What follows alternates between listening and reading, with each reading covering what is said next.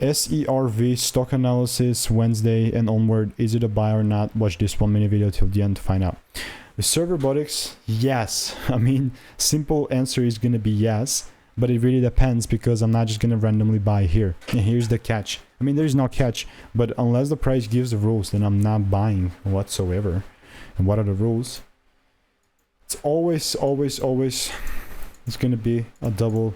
I mean, I'm not gonna say always, I'm not gonna set rules because I mean, I'm speaking from 26,000 videos experience over the last 4 years, and what I've seen the most success with is exactly this. So it needs to pull down a little bit inside of the demand area, needs to give me a double break, and only then I'll take higher.